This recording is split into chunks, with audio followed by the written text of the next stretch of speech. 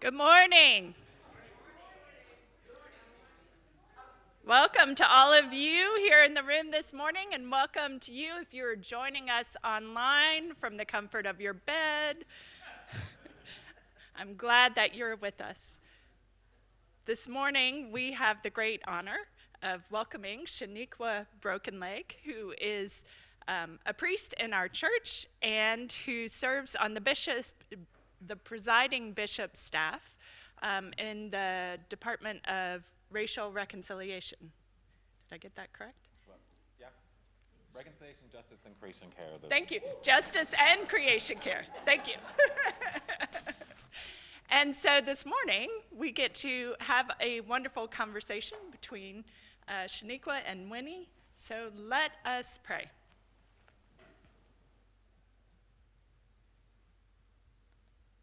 God of all creation, we give you thanks for bringing us to this new day, for the community and relationships that surround us, that challenge us, that support us to be the beautiful people you created us to be. Be ever present with us in this conversation. Open our hearts and minds to hear you inspiring us to be love out in the world. In Jesus' name we pray. Amen. Amen. I'm going to issue a reminder that when and if you have a question or comment, please come up to the microphone and go ahead and use it. It helps us to be inclusive of not only our friends who are joining us online, but also folks in the room who join us through the hearing loop. So please use the microphone. Thank you. If you're watching online, welcome. We are not an early morning people. I'm aware of this. So glad you're here at 10. I'm glad to be here at 10.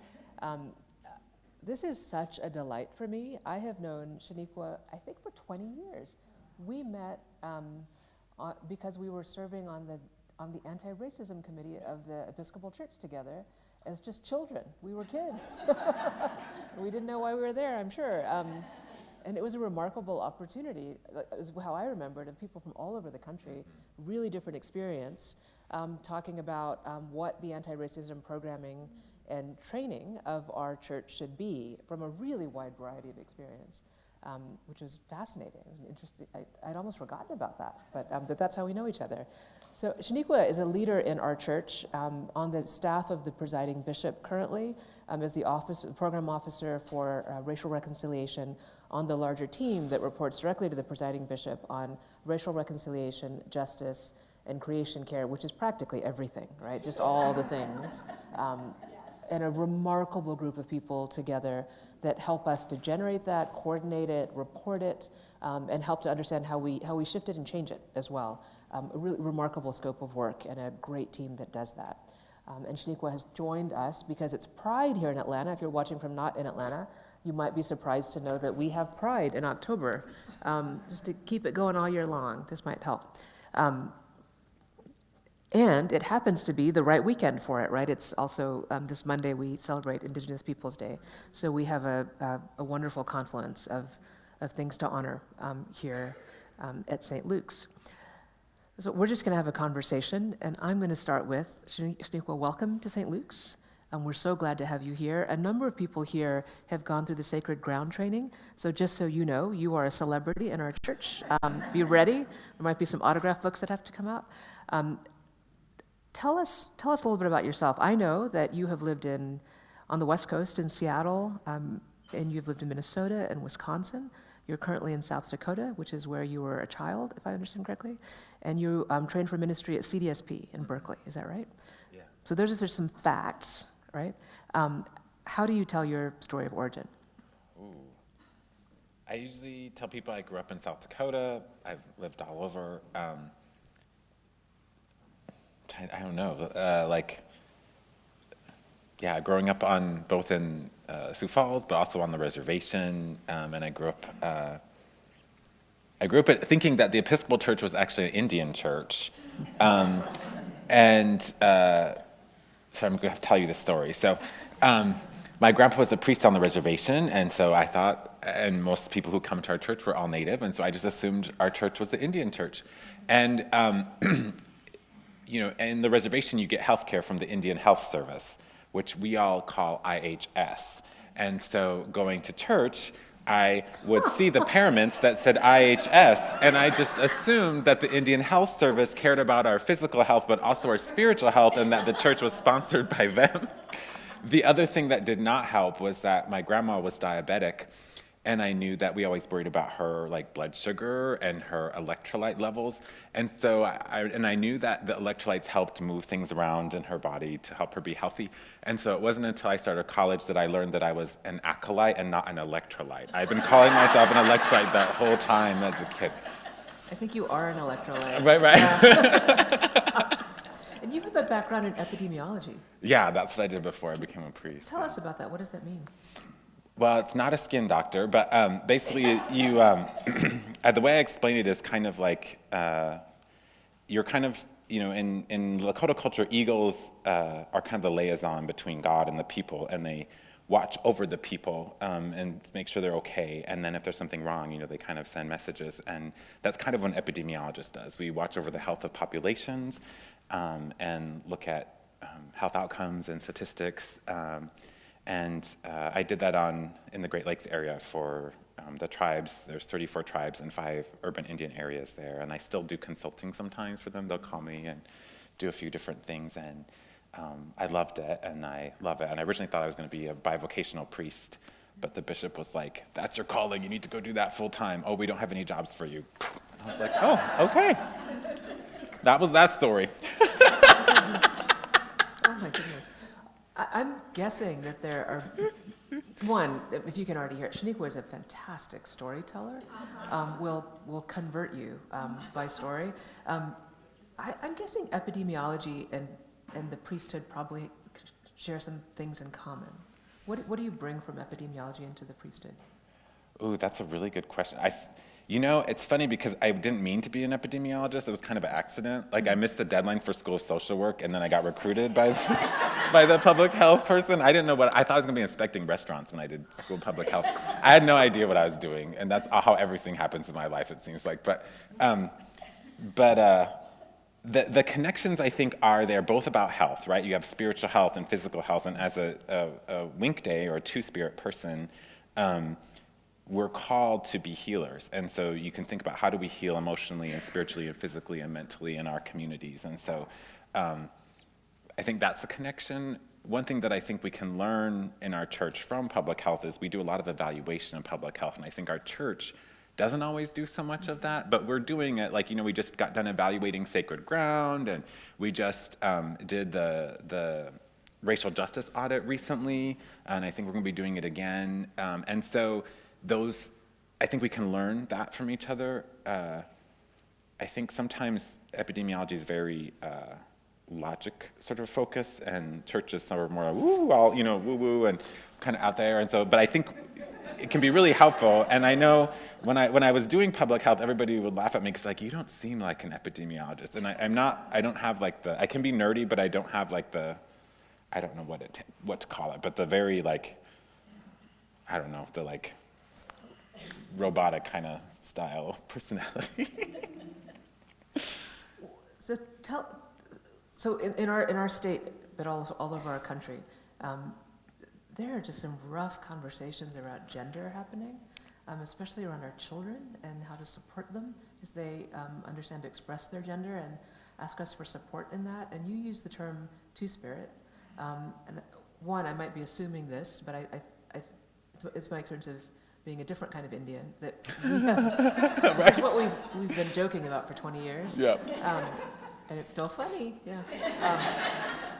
I actually think the culture I come from has more to say about gender in more helpful ways than we have in this culture.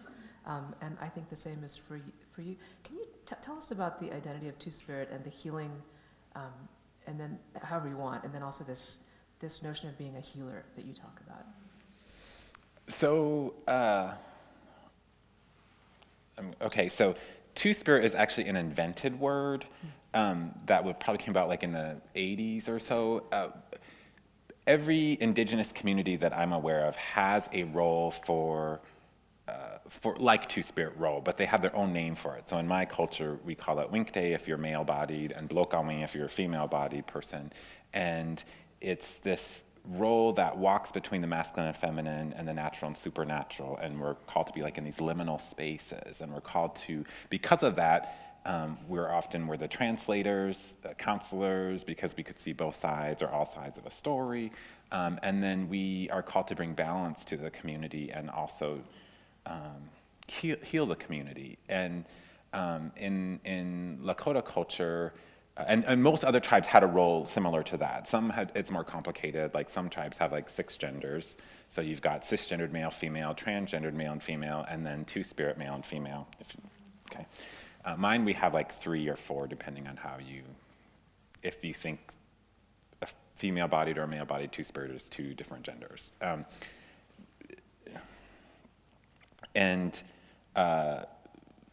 Lost my train of thought. We're called to be healers. There was something I was going to say. Oh, when Indians got moved into urban Indian areas, so we got in like the 60s and 50s, they thought we weren't cosmopolitan, and they're like, well, if we take Indians off the reservation and put them in cities, then they'll become like white people or something. I don't know exactly what the thought process was, but that happened. So there's all these Indians in different urban areas, and so unfortunately not Atlanta, but when they brought them together, the different people understood those roles, and they all each had their own tribal name, and so they wanted to come up with a name that worked for everyone. That's how two-spirit, that word came about. In Lakota culture, for a community to be considered whole or healthy, there were several different roles that needed to be there. And so you needed to have men or women who heal with medicine, which we would call Wichashawakan or medicine man, medicine women. And then we have men and women who heal with ceremony. And then we have, what am I forgetting? Oh, what we call Itantan, which is like a political leader, and then we have another type of leader that's more of like a strategic or military leader, and a Winkte. So if you have all of those people, and a Heyoka, if you have those people in your community is considered whole. And so if you don't, you're missing it. So it's kind of an honor to have that in your family or in your community. And I totally forgot what your question was, but I hope I answered. So the point. All I wanted to raise up is that we talk about the way we talk about gender, even in our most holistic sense, often in our public life, is that there's normal and there's some people there's something wrong with, and at the best case we might help them, right? As opposed to they're essential. There are people that are essential to our communities and serve essential roles and functions. In the church we might say there's a beauty in that diversity, but what you're saying is essential to the wholeness of a community. Absolutely, right? yeah. Right, which is a wonderful shift in our perspective, right? So then my question is, that sounds so beautiful. Did that mean, like, your journey has been, you know exactly where you fit and who you were and felt supported? What's your journey been? No, but traditionally that would have been happening. And I think, growing up with colonization also comes patriarchy and misogyny and all of those other racism, all those pieces that come with the joys of colonization, historical trauma. Growing up, my grandpa was an Episcopal priest, and having lived with him, he and my grandma would tell me stories about Winkte. That's our word for that thing for me. And I just assumed they told all my cousins these stories, but they told me these stories, so they knew before And then growing up, they introduced me to people in the community. They didn't tell me they were Winkte, but they were like, okay, I won't use names. This is so-and-so who is a medicine person healer. This is so-and-so who is the curator of our museum. And this is so-and-so who's a medical doctor or he could do the doctor things. He might have been a physician assistant or a nurse practitioner, I don't remember, but he was like a doctor. And then they didn't tell me those people were Winkte until I came in. So you think of coming out as this big risk you take, but I think coming in as a Native person, it's you understanding that role, that sacred role that you have, and then coming into your community to live into that role. And so then when that happened, then they're like, okay, well, you've already met these 3 people, you know them, they are Winkte also, you can look to them for support or something if you have a question that you don't understand. And so that happened. But then when I was a teenager, I moved to live with my dad in Seattle and ended up homeless, actually. And there was a lot of struggles around sexuality and the acceptance of that. And I think in school, growing up on the reservation, I never had problems with that. I think one time I got teased in 6th grade. Somebody said the F word. And the teacher stopped the class and gave a whole lecture on Two-Spirit and how those people are to be treated. And never again did it come up until we went to the high school where there's a lot of white students, and then they come with their own homophobia and things like that. But so I guess it's a little bit different process. It wasn't always easy, and I think a lot of times I really struggled with how to fit into the larger LGBT community, because I think there's a lot of racism in there and also misogyny, and they don't understand gender in the same way, I think, that we do in Lakota culture. They also don't have that same understanding of the sacred responsibility you have to your community. So, growing up, I was taught that the two spirits, you have to serve your community. So with great honor comes great responsibility, or great privilege comes great responsibility. So you have to serve your community, and when you get called and asked to heal somebody, or asked to pray for somebody, or bless somebody's baby, or go to the hospital at 2 a.m., kind of like being a priest. You have to go do those things, and so that's kind of what I understood. And I think, and this is going to be terrible to say maybe, but I think sometimes in the LGBT community it's very self-focused and almost hedonistic sometimes in some ways. I think we have learned over time that community is so important, and that not having community, I think, is really harmful. But I think that's a lesson that we, as Lakota people, already knew coming into that. There's so much there, so I'm going to go back to the beginning. Sorry. No, it's amazing. It's fantastic. Fantastic. So you talk about, said something about colonialism, and so I know that I do this in my brain, that the Episcopal Church and the church comes with colonialism. But you were talking about your grandfather, an Episcopal priest, and if you don't know, Brokenleg, that family is a famous family in the Episcopal Church, so it's worth looking up. It's a very distinguished family that's worth knowing about. But you're describing an Episcopal priest who is your grandfather's generation wouldn't necessarily have had that language in the greater Episcopal Church, right, to understand gender and sexuality in that way.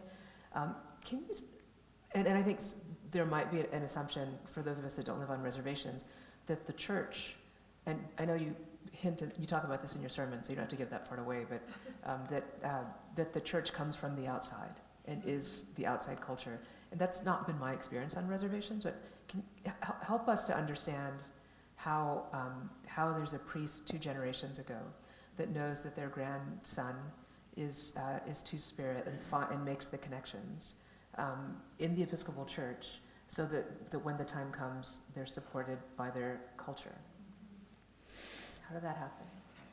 That's a really good question. I think part of it is, my grandpa's generation, he was in boarding school, so his generation, there was a time before boarding school for him where he grew up speaking his language and stuff, and then when he got, and understanding the culture from that very native sense. And in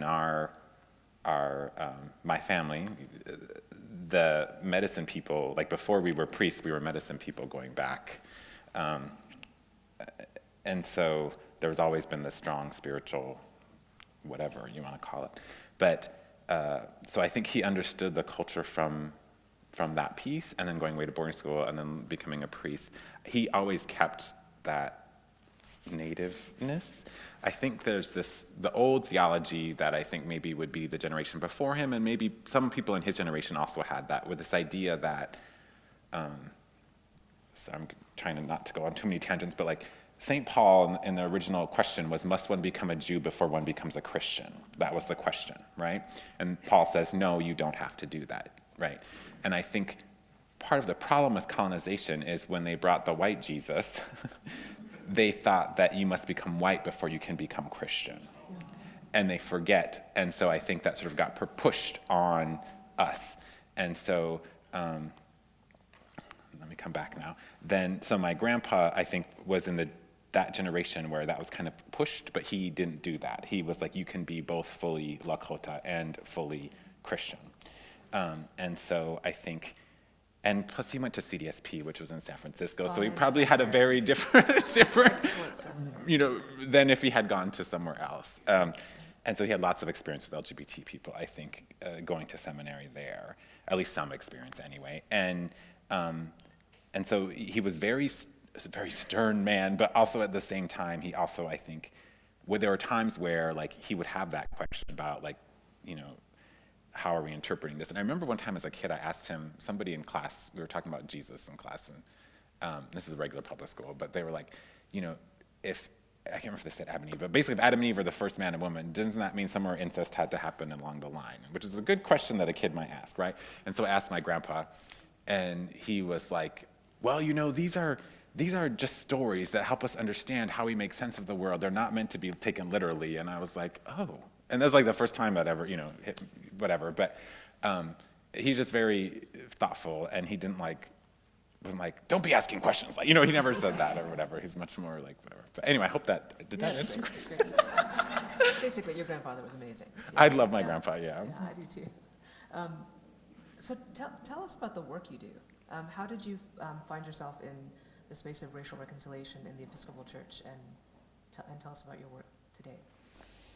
Oh, that's a good question. I think doing racial reconciliation work is happens because of who I am. I think, like, I'm half Lakota and half white, and so, you know, I have like the colonizer and the colonized both, you know, and then also being in that two-spirit role, we're called to see the different sides of something and called to be in that space. And growing up having sort of to walk between those worlds of the white world and the native world and the two different families and all of that piece, I think. And then I was on the anti-racism committee for the Episcopal Church, and I've done work around, a lot of the work I did in epidemiology was around race and how to sort of translate from like a Western public health standpoint to a indigenous health idea, like so allopathic medicine or Western medicine would be like, you know, you are sick because you have a virus or a bacteria or whatever, and therefore you're going to do this thing, and the doctor's taught to have this professional distance and all this stuff. Whereas in the Lakota culture, we would say you're sick because you're out of balance or you're not in right relationship with something. And our healers or medicine people are taught to be very close. Like that should be someone who you trust and who you know that are living their life in a good way, and that's how you know that they're giving you good advice when you go to them. Whereas, you know, doctors, you don't always know how they live their life, right? Having done this work, growing up in South Dakota, there's a lot of conflict, I think, between the white churches and the native churches. Not so much anymore as it was in the past, but it used to be very, very bad. In my grandpa's generation, he had the same degree, MDiv from CDSP, but he was paid less than the white priests. And even though that's changed now, they have to pay him equally. You know, when you retire, what you make is based on what you earn. And so even in retirement, that same disparity still happened, you know. And so I think that desire for justice or that desire for whatever is there. And again, I never thought I would have this job, honestly. I remember when this job opening happened, Brad was like, hey, have you thought about this? What do you think about applying? And I was like, what? Blah, blah, blah. No. And then he was like, well, just do it. And so I did, and then I never expected to get it. And then I got a phone call. Like, you know, and everything in the church goes slowly. Every church is kind of how we work, right? Not us. And so, okay. And so they were like, you know, I think I just assumed, you know, I applied nothing, and then I got a phone call for an interview like a couple months later, and I was like, oh, okay. And then I remember in the interview, they were like, one of the questions was like, why do you think you'd be the best person for this job? And my answer was, well, I'm probably not the best person for this job. I was like, you know, this is a discernment process. You have to figure out who you think you would, you know, fit, and I have to decide that. And I don't know if that's I don't know if that's why I got it. I don't know why I got it, but when I got offered, I was like, I almost was like, are you sure? But that's how I got into the work, and I care a lot about it, and I love working in communities. I love working with people. Most epidemiologists sit back behind a computer and print out reports, and that's not really who I am, which is why I loved working with the tribes. It was like relationships that you built, and I think that's the key of my theology and the key of our church is all about relationships. That's what Jesus did. It's the core of the gospel. How are we building relationships with others? How are we in right relationship with each other? And where we are not in right relationship, how are we trying to get there? And I think that's the joy. It's like you can work in a community and they could say, hey, we have this situation. And you can say, okay, well, I have this set of skills. I'm not going to come in and save you, but I have this set of skills and we can work together to see how we can collaborate and partner. And that was kind of the model we used of public health when we were doing that work on the reservation. And that's kind of the model I use for the church too, is how can we collaborate? Where can we partner? What kind of things do we have that we can learn from each other? It's not meant to be like this top-down kind of thing. It's meant to be very much more relational. And how can we come back into right relationships? So in Lakota, there's this word, wo Lakota, which is the state when all things are in right relationship. So when we are in right relationship with ourselves, when we are in right relationship with each other, with God, and when we are in right relationship with creation. And that wo at the beginning of wo Lakota means that it's an action.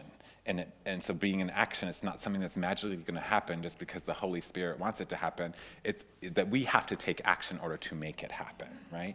And so if you ask somebody what Lakota means, they will tell you that word means friend. But what it really means is the people who are seeking that right relationship with everyone, which of course is what a friend would do, right? Friend in the greatest sense. So if you have questions, I'd encourage you to move towards the microphone now. I'm going to ask one more question while y'all cue that up so that someone's over there. I know Neil's got a question. Maybe it's Patty this time. But it's a big question for me. Like one of the ways we think about gender and sexuality at a church is that there are always young people being raised in our communities discerning their gender and sexuality, and in every generation. I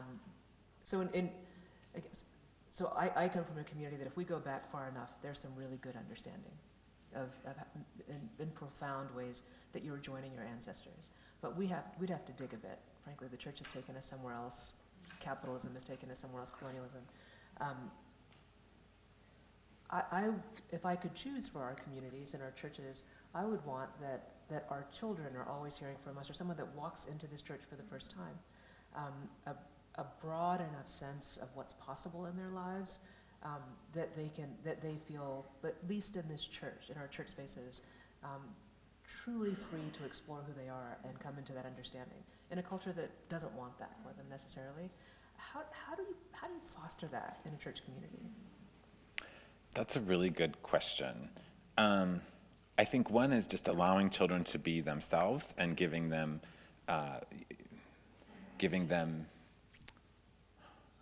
the freedom to do that. I think that's a very indigenous way of education too. We might ask questions, we might tell stories, but it's up to the child to figure out what the moral, if there's a moral of that story is.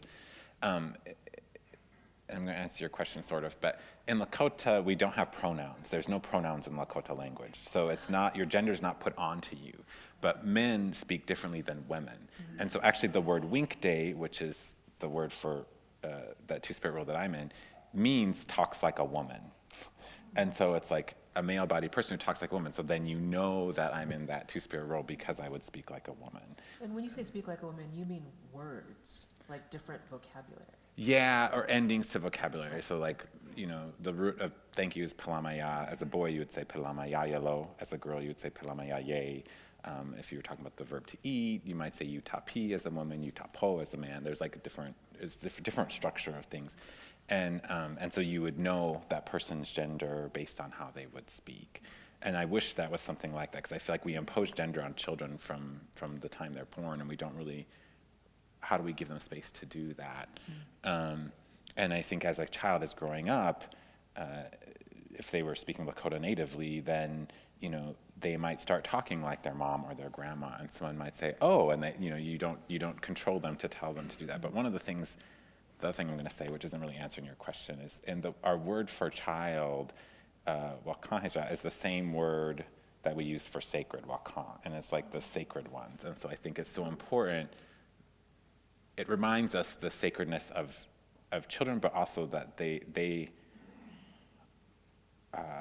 are so important, and it's so important to give them their space to be able to, and freedom to be who they are. and that they have things to teach us too. It's not just about us teaching them. Can you tell us anything about how, you know, the word creation care is in the name at the end of where you, how does your Lakota background help you bring a different perspective into that process in the church? Sure. So my job is to work on racial reconciliation, not necessarily creation care, but you know, our whole team, we care about everything, but there's a different person who handles creation care. I'm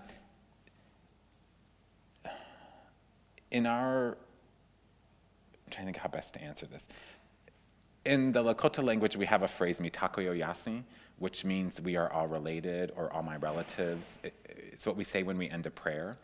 And that when we say we are all related, we're not just talking about people, we're talking about all of creation, so plants and animals and all of that. And remember when I talked about wo Lakota and the right relationship, right? That means right relationship with everything, right? So it should be, so that we should always be thinking about that. And if we think about the environment or the earth or whatever, the trees outside, the water, those are our relatives. And so you have to be a good relative. I think that's the overarching message of the gospel. Not just to your neighbor that's a human being, but to all of your neighbors and all of your relatives, right? And I think that's how you have to think about how it informs us. That being said, you will see a lot of environmentally unhealthy things happening on reservations, and a lot of that is about poverty. If our churches don't have running water and don't have electricity, well, guess what? We're going to be using disposable plates and plastic silverware because we don't have any dishwasher, and and so you'll see some of that come into place. Because somebody's asked me that. They're like, "This seems inconsistent." I'm like, "Yes, and this is why it's like that." Thank you for coming. I have two questions, very selfish curiosity. And the first is, was it your father or mother who was white? My father's Lakota, my mother's white. Okay, but it was your father you split from. Yeah, he, as many oppressed folks do, struggled with some addiction, and historical trauma, brings about things like abuse and, domestic violence and stuff like that. And so I think, ideally, I think, had been brought up in this idea that those folks are sacred. I think there's all these other things that come into play that affected that. And my other question is, I've been through Sacred Ground, and I am curious, with your involvement with it, are you pleased with how it's going, frustrated that it's not more pervasive? I, for one, learned so much in it that I feel like I got to crawl in a hole and keep studying and just not fritter away my time. But I'm curious how you, as one of the designers.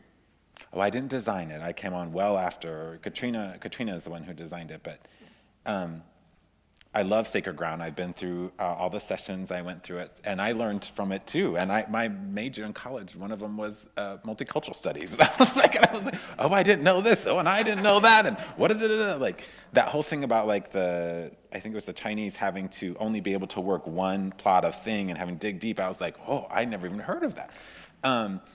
I am very pleased with where it's going. It's been in literally thousands of Sacred Ground groups have happened, and that's amazing. If you think about how many congregations we have in our church, and how much it's folks have taken up.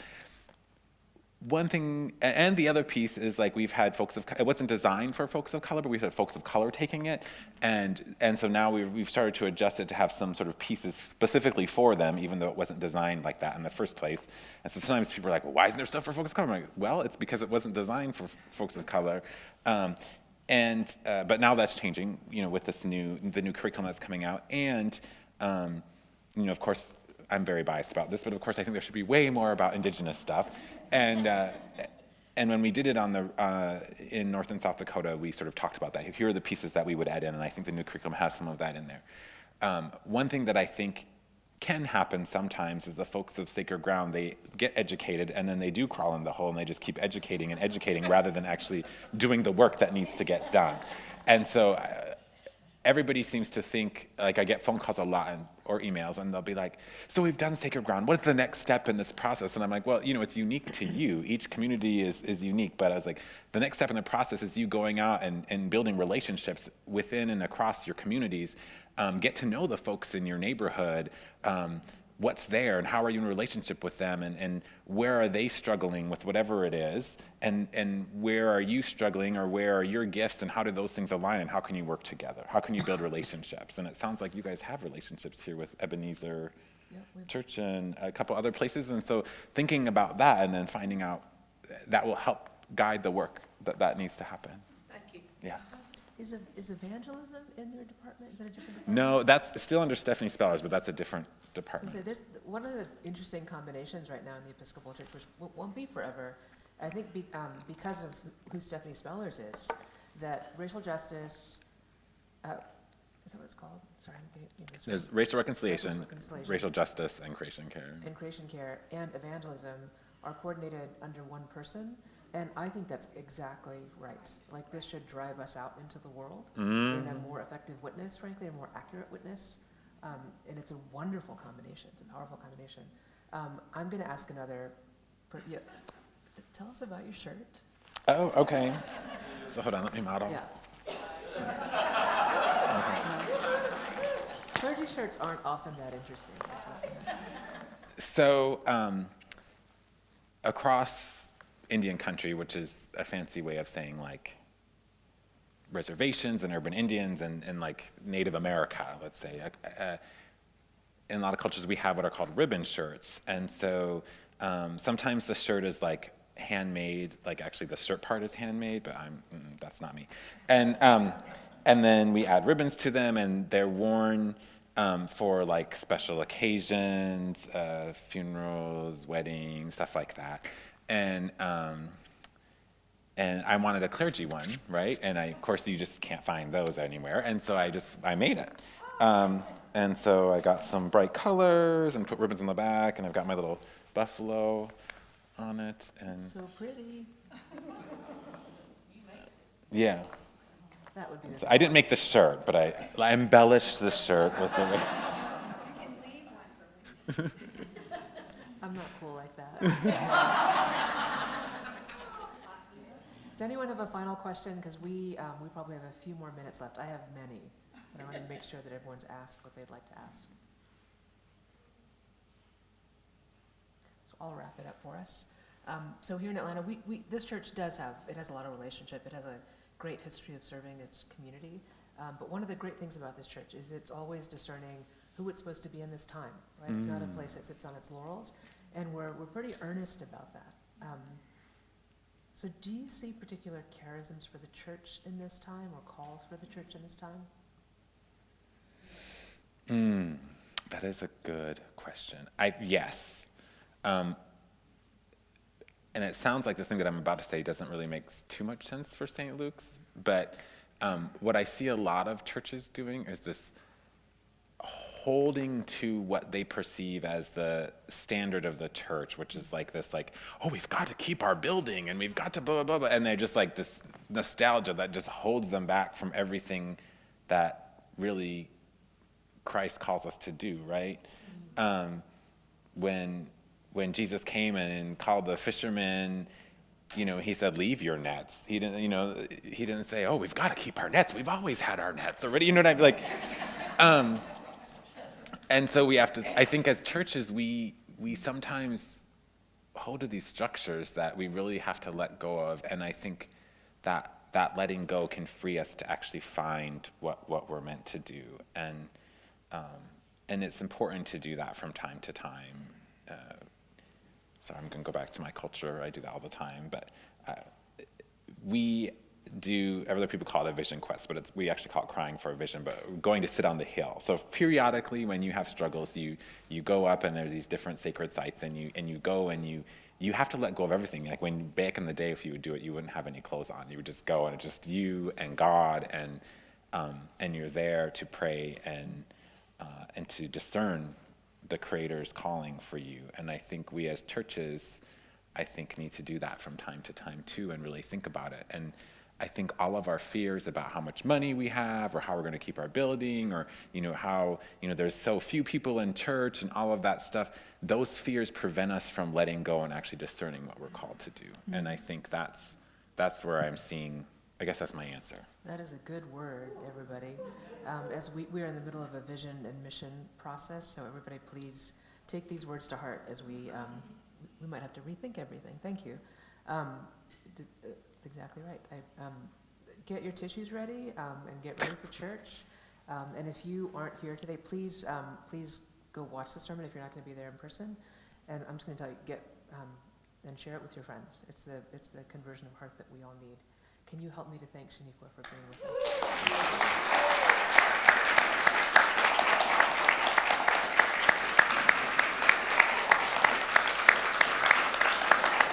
I always feel weird when everybody's clapping and I'm not. I feel when everybody's clapping and I'm not clapping. I feel like I should be clapping.